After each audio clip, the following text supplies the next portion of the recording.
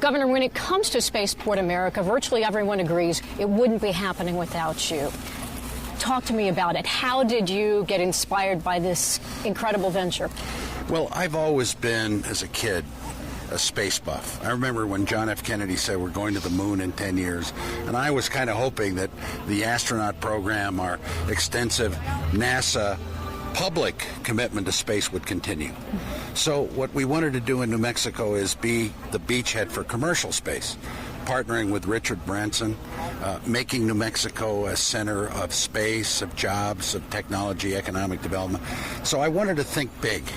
I'm going to think big for one big thing as governor, and that's a spaceport, because that's the future. That's why we committed over $200 million. I made it a campaign issue.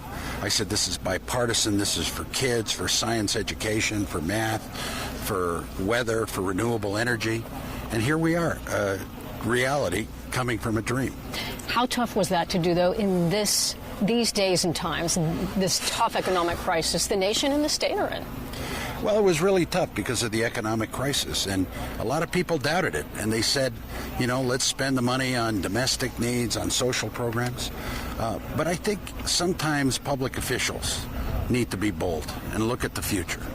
And I think what awaits us in space is something that we need to discover, whether it's new climate data, whether it's renewable energy, solar and wind, whether it's medicine, whether it's new energy sources. And so it's not just shooting people up into space. It's also discovering the unknown, adventure. And America's been an adventurous country. And this is why I think New Mexico is going to be lauded for taking one of these first steps to bring commercial space to reality. While the spaceport will stand out in the field of space travel, when it comes to the environment, it's all about fitting in. Much of the spaceport will be buried in this desert sand. The terminal is designed to be environmentally sustainable with a green, energy-efficient design. My end objective for it, and I share Virgin's passion around the environment. Certainly, Governor Richardson has set standards here in New Mexico and has attracted Shot Solar. Renewable energy, I envision that the spaceport will be 100% renewably powered is my objective.